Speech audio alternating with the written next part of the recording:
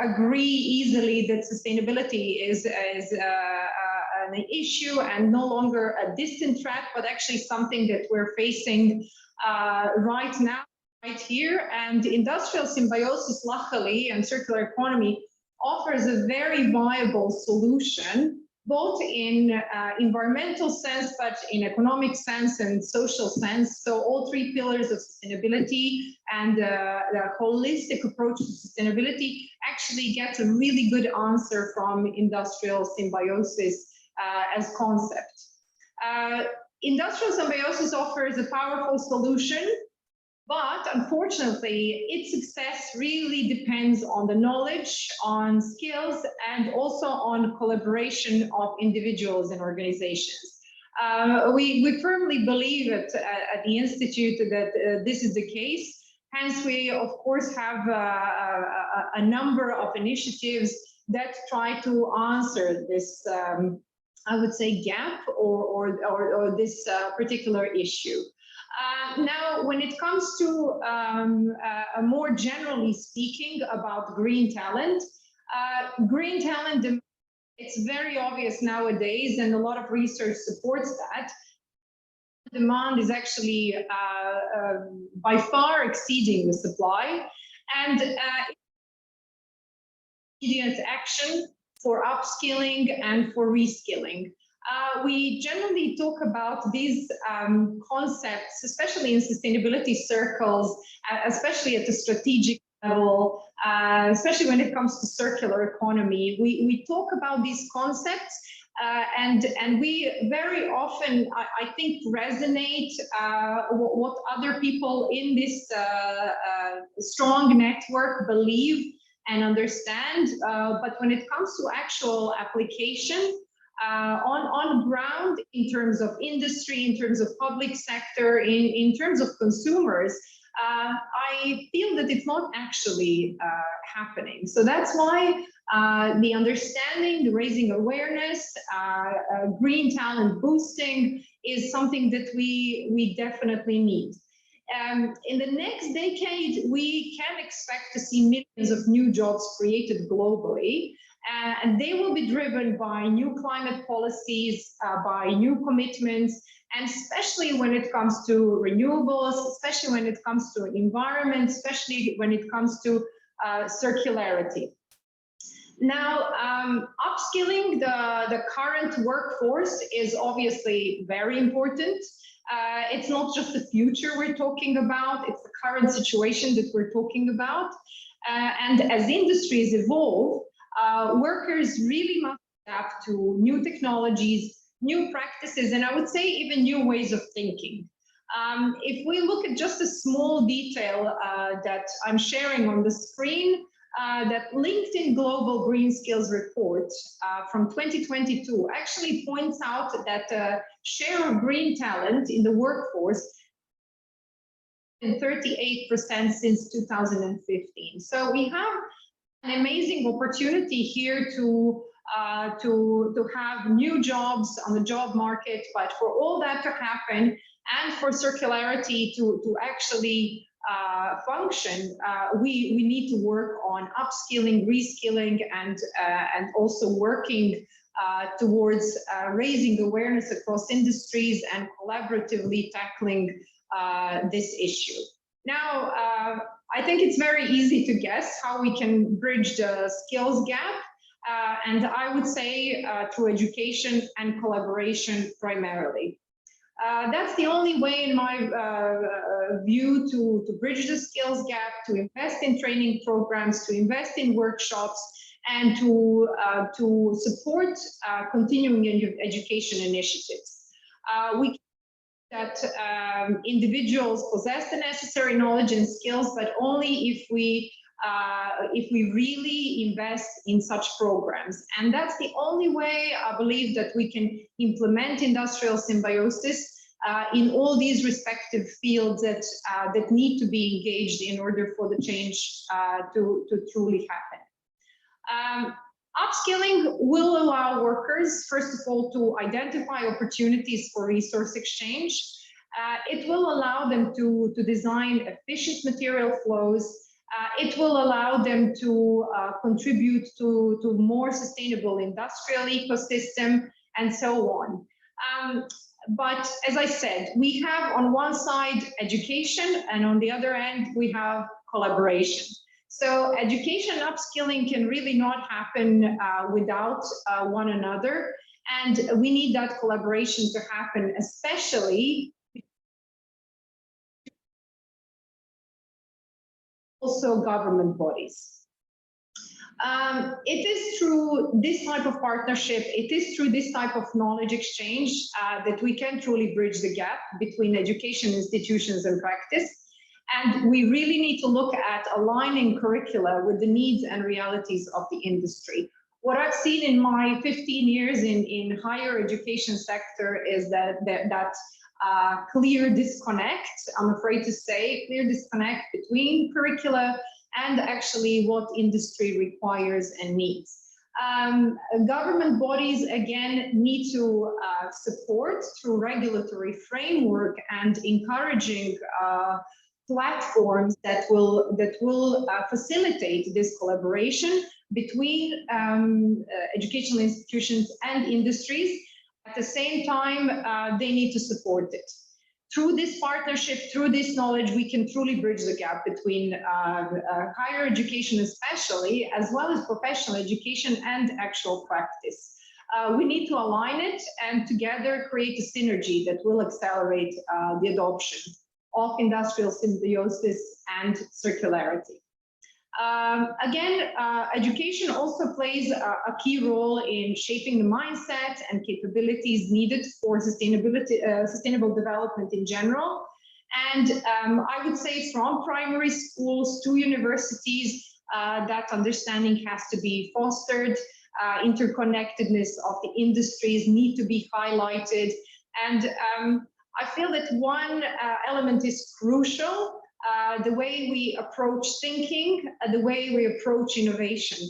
I don't think circularity can happen in the way the concept is imagined unless we tackle design challenges right at the beginning that could facilitate the circularity later on. So by industry players talking to one another, by incorporating that in higher education, in lifelong learning as well, and need for continuous improvement, I don't think the actual symbiosis will happen. But industrial symbiosis is a dynamic concept. It will require ongoing innovation and adaptation, and that just supports the importance of continuous education, lifelong learning, and platforms such as this symposium, where we can actually share opinions, we can eagerly learn from one another and drive a sustainable transformation. Now, I would like to just a few words in terms of how we at C Institute, a hub for education, research, business acceleration and innovation, try to support both educational and research initiatives, but also support that are tackling these challenges. Basically, the Institute serves as hub of knowledge, expertise, research, and collaboration in sustainability. And we are bringing together industry, we are bringing together academia and government bodies, and we try to address the challenges that we face together. We do provide a unique platform through our holistic and multidisciplinary approach by bridging the gap between theory and practice. We're also trying on daily basis to actually translate academic knowledge and also know-how that we collected from sustainable developments into actionable solutions. We have several divisions in business. That I would highlight is the knowledge creation division, as I like to call it, and that's our research center that actually works on collecting this knowledge, fact-checking, but also evidence-based know-how that we can translate into courses. At the same time, we have Academy, which disseminates this knowledge through education courses, which are mostly focused on professional education, both in terms of sustainability in the built environment, but at the same time, sustainability in general. In fact, right now at the we have a course for one of the big MNCs on circular economy. So there's more and more interest for, we see more interest both from the industry and government entities to learn more and to actually to educate across the board. So everyone's ready to implement the solutions that we are so eager to implement. At the same time, we have the platform, we believe very good platform, conferences and events, obviously at our venue, where we encourage thought leadership, sharing experiences, sharing know-how, and everything to promote sustainability cause and obviously encourage circularity transformation.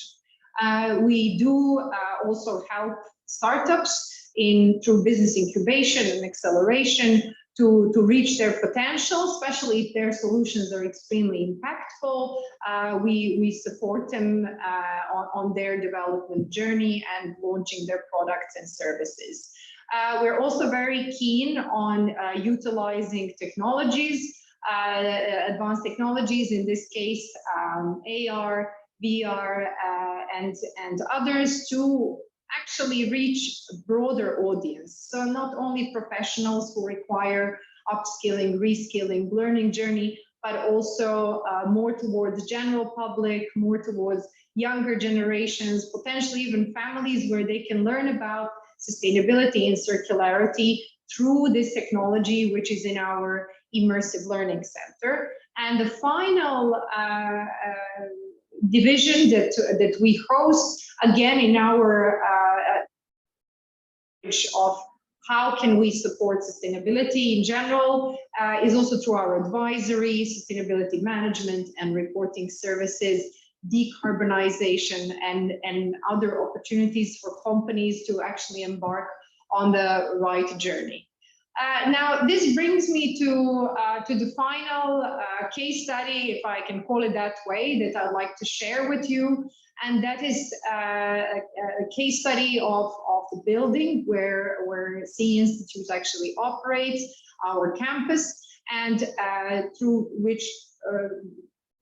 it, we're aiming to inspire and truly accelerate climate action, sustainability education, and promote low carbon living. And we truly do believe that it inspires other entities to try to actually implement all these solutions. So our net zero campus looks something similar to what you can see on the slide. And it actually, we implemented a number of design strategies, material selection strategies, and so on, to create it really truly as low carbon as possible, and actually reach net zero target by 2030. Now, I would just highlight a few elements, and again, I thank Mr. Abdul Latif, previous speaker, for highlighting actually a lot of elements that I will be highlighting here. But our approach to creating this building was actually putting in practice a lot of things that he mentioned.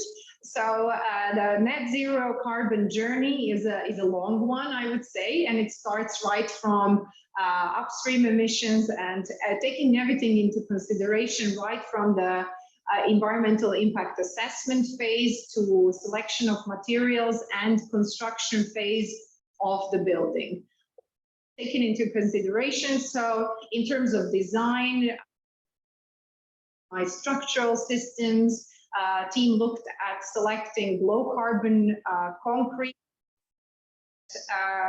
and selected actually prefabricated and modular elements due to their lower carbon content, also during the construction phase in terms of operations during the construction phase. Also selection of lightweight facade, which had the best performance in various terms. Also trying to source everything possible locally.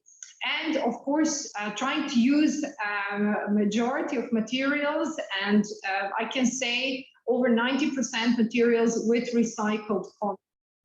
Very, very important. In fact, with steel, we reached 98% of all steel in the building is recycled. Therefore, obviously, that minimizes our carbon emissions in the construction phase, which then brings me again to net zero operational emissions or our operational emissions. So the building was created in a way, and of course, within current regulatory framework, which was, I think, highlighted also by the previous speakers. So there are certain requirements that construction sector obviously has to comply with.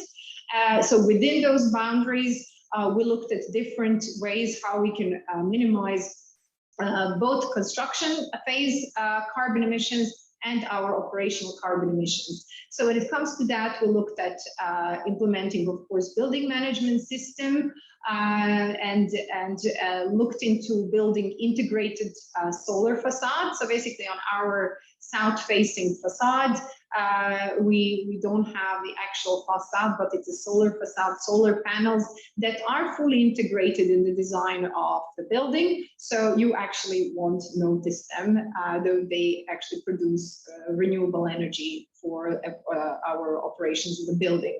We looked at mobility and connectivity, obviously encouraging e-vehicles, charging stations, and so on.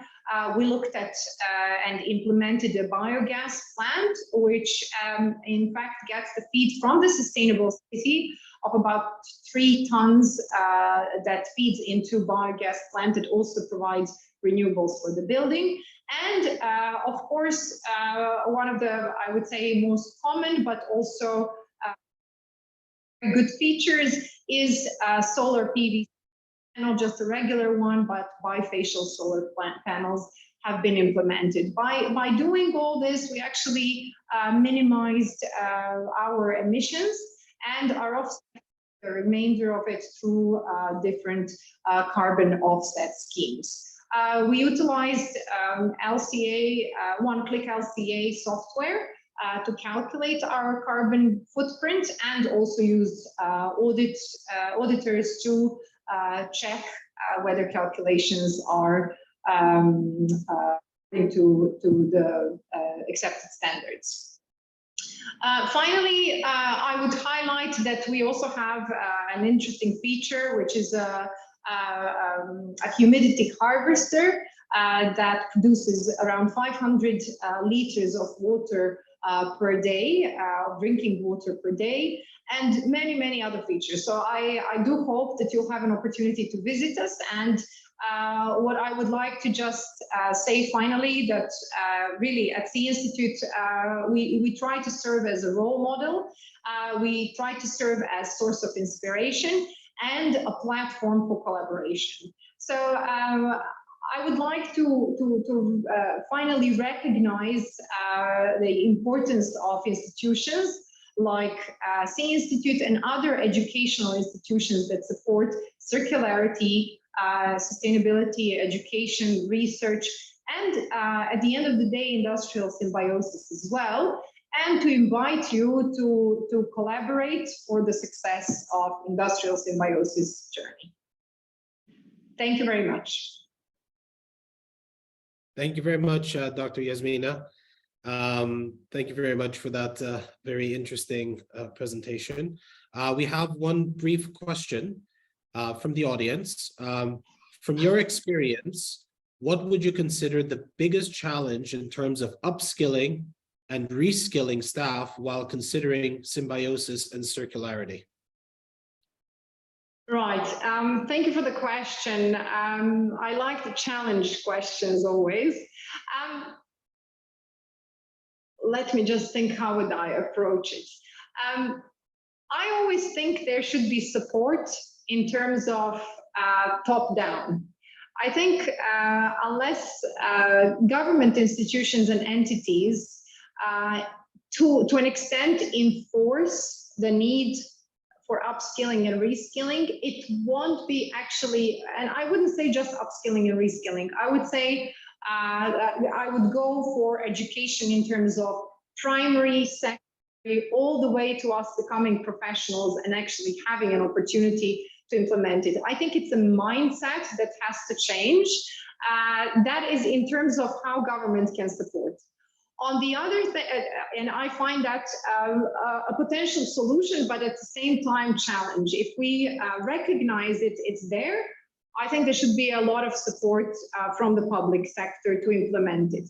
On the other hand, I would say, without sounding too harsh, I think across industries and sectors, there has to be a clear business case that I think both as educators and anyone supporting symbiosis, we have to really enforce and make it happen. So I'm always keen to, and also as a business executive, I like to show business case for everything that is done. And I think at the moment, we don't have, and that's probably one of the biggest challenges, that there is no recognition that this is truly needed and that there is business case, there's a feasibility in terms of industrial symbiosis and circularity. I think once we reach the stage of awareness, I think companies and industries and sectors will be more willing to have very hands-on approach and upskill and reskill. It shouldn't be seen as a cost center. I think that's what I would highlight as a challenge.